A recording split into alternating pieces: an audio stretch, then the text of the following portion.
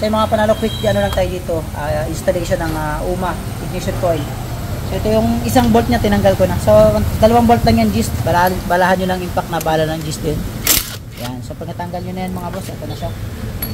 So dito turo natin kung paano yung tamang paglalagay. So pag binunot nyo pa lang yan, obserbahan nyo na kaagad. Ang ating stock to mga boss, maliit siya, diba, yung kanyang sakit. At ito isang sakit malaki. So ganun din yung paglalagay. Ito ka pala yung ignition coil UMA Racing. So nakita nyo naman kanina kung paano natin tinanggal. So maliit sa maliit. Yan. Tapos malaki sa malaki.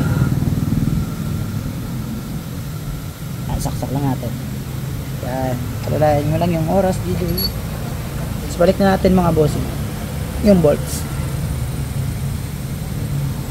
59, 58. Pwede na.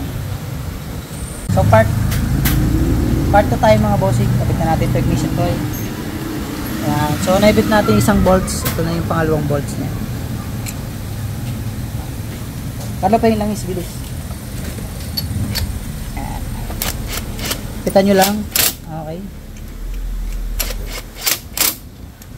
Tapos kunin natin yung ignition spark plug cap. Yan. So pagkakabit, para madali kayo, lagyan nyo lang ng langis. Kunti lang. Parami. Ba't natin nalagyan ng langis? Para madali siyang ikutin. Ayan. At pag ayaw na mapihit mga boss, sumasama na yung cable, pwede na siyang i-attach sa spark plug. Ayan. Salpak natin. Buhay mo, Carlo. Okay. Kabit na agad mga boss. Ganun lang.